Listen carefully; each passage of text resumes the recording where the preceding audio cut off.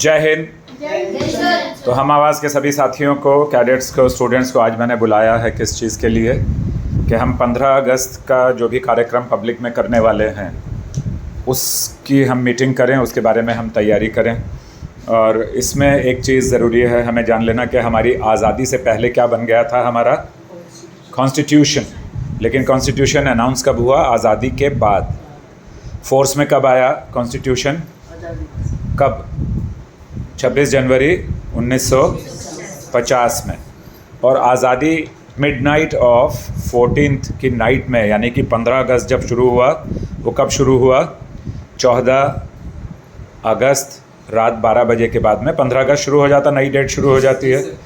तो 14 अगस्त को कौन आज़ाद, किसको मिली आज़ादी? पाकिस्तान को। हाँ, और हमें 15 अगस्त को, क्योंकि जब हम ग़ुलाम थे ब्रिटिशर्स के अंडर में तो हमारा एक ही था ये देश, पाकिस्तान अलग नहीं था हमसे, पाकिस्तान भी हिंदुस्तान था।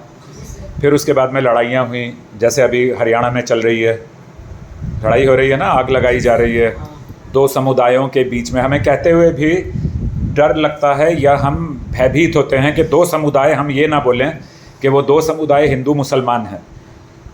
लोग नहीं बोलते क्योंकि आम जगह में ये बीमारी ना फैल जाए और लोगों में नफ़रत ना हो जाए। हमारे देश में नफ़रत है या नहीं? हमारे देश में हर जगह में एक दूसरे के साथ नफ़रत है। तो हमें एक काम करना है कि हमारी जो उम्र है, जिस एज के आप लोग हैं, उसमें हमारे पास बहुत अच्छा मौका है कि हम नफ़रत मिटा सकें। यही सच्ची आज़ादी है। हम प्रगति नहीं कर पाएंगे। अभी वहाँ जो हरियाणा के स्टूडेंट्स का कितना नुकसान हो रहा है, नहीं, बिज़नेस का कितना बड़ा नुकसान हो गया, और भी बहुत सारी चीज़ों का। सबसे बड़ी बात है कि मेंटल पीस नहीं रहा, लोग भयभीत हो गए। अभी कोई आएगा मेरे बच्चे को मार देगा, हमारे यहाँ आग लगा देगा। कोई कौन है? वो कोई कौन है? वो कोई अंग्रेज़ों से भी ज़्यादा ख़तरनाक है। वो जो कोई हैं आग लगाने वाले, वो मुग़लों से भी ज़्यादा ख़तरनाक हैं, वो आतंकवादियों से भी ज़्यादा ख़तरनाक हैं। क्योंकि अगर उनको थोड़ा भी प्रेम और स्नेह होता आपस में, तो वो आपस में बात करते। इंस्टेड ऑफ किसी के मंदिर में आग लगाना या किसी की मस्जिद को तोड़ना या किसी को मार देना, 2 होम गार्ड्स को मार दिया और लोगों को मार दिया, कई 100 गाड़ियों में आग लगा दी। अब ये किसका नुकसान है? ये इंडिया का नुकसान है। लेकिन जिनकी गाड़ियाँ जली उनका नुकसान नहीं है। अगर उनका इंश्योरेंस है तो इंश्योरेंस कंपनी का नुकसान है। और इंश्योरेंस का पैसा कहाँ से आता है? हम ही से। हम ही तो फीस देते हैं, तभी तो होता है ना। तो अल्टीमेटली अगर हम एक चीज़ देख लें कि हमारी जो आज़ादी है वो इनकम्प्लीट है। क्योंकि अभी मैंने क्या लिखवाया आपको इसमें, क्या हम अपने देश के कॉन्स्टिट्यूशनल राइट्स एंड रिस्पॉन्सिबिलिटीज़ को जानते हैं जो सिटीजन्स की हैं? जानते हैं? अगर हम जानते होते तो हम क्या करते? हमारी सड़क पर गड्ढा होता, हमारी गली में पानी भरता, हमारा हॉस्पिटल गवर्नमेंट ठीक नहीं होता, साफ़ सुथरा नहीं होता, वहाँ अच्छी सुविधाएं ना हो, हमारे स्कूल्स में अच्छी सुविधाएं ना हो, तो हम कभी शिकायत तो करते? हम क्या समझते हैं अपने आप को? हम तो बच्चे हैं, हम क्या करें? अगर बच्चे नहीं सीखते, अगर 10-10, 12-12 साल के लड़के लड़कियां अंग्रेज़ों के विरुद्ध नहीं लड़ते, तो क्या हम आज़ाद होते? जिन लोगों को गोलियां लगी, फांसी हुई, वो 14, 15, 16, 18, 19, 20 साल के थे। भगत सिंह, सुखदेव, राजगुरु कितने साल के थे जब उनको फांसी हुई? 21 साल। ठीक है, 21 साल की क्या एज होती है? कुछ भी नहीं। इंसान पढ़ रहा होता है। और उस समय तो और भी ऐसी एज थी कि बिल्कुल ही लोगों को पता ही नहीं था। अब तो इंटरनेट और डिजिटल सब कुछ आने की वजह से छोटे छोटे बच्चों को भी बड़ी नॉलेज हो जाती है। तो हमने क्या जानना है कि हमारी स्वतंत्रता तब तक अधूरी है जब तक हम अपने अधिकारों के साथ साथ अपने कर्तव्यों को ना जाने। Until we know the responsibility and rights of ours according to the constitution of India.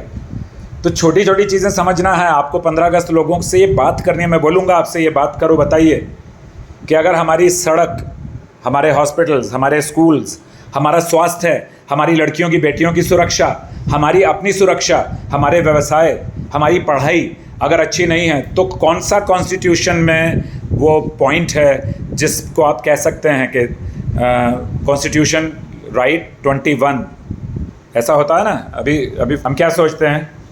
बारिश होगी तो क्या होगा? और पानी कहाँ भरता है? जहाँ गड्ढा होता। तो गड्ढे क्यों हो गए सड़कों में?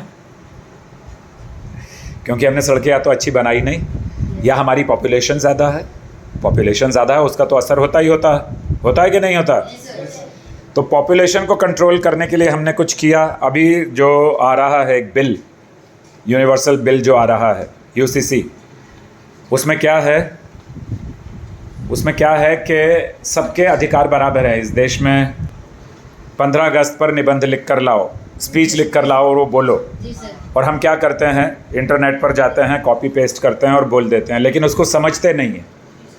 क्या हम समझते हैं उसको? अगर समझते तो हम उसको बोलने से पहले, जैसे मैं बता रहा हूँ वैसे उस चीज़ को मानते, जानते, समझते। कि हम स्पीच देते हैं 15 अगस्त की, लेकिन उसको समझते नहीं हैं। अगर उन स्पीच को, जो स्कूल वाले आपको कहते हैं कि स्पीच लिख कर लाओ और बोलना, और फिर कहते हैं देखो इस बच्चे ने कितनी अच्छी स्पीच बोली, टीचर्स भी बोलते हैं अरे वाह बड़ा अच्छा, कमाल कर दिया, मेरा स्टूडेंट है, हमारा स्टूडेंट बहुत ही अच्छा है। क्या अच्छा है? अगर टीचर्स ने आपको यही नहीं बताया कि जो स्पीच आप लिख कर लाए हैं कॉपी पेस्ट करके, उसको अपनी ज़िंदगी में तो उतारो। 15 अगस्त में ये हुआ था, गांधी जी ने ये किया था, क्रांतिकारियों ने बलिदान दिया था, माताओं ने अपने बच्चे दे दिए थे, हमने अंग्रेज़ों के विरुद्ध लड़ाई लड़ी, हमने बंदूक नहीं उठाई, हमने शांति से लड़कर लड़ाई जीती। हमने ज़िंदगी में क्या किया? आपके जैसे हज़ारों नौजवानों ने कुर्बानी दे दी, फांसी पर चढ़ गए, कोड़ों से मर गए, जेलों में जाकर सड़ा कर मार दिए गए, तोड़ दिए गए, काट दिए गए, गोलियों से उड़ा दिए गए। आपने क्या समझा और सीखा उससे? कुछ भी नहीं। तो क्या हम आज़ाद हैं अभी?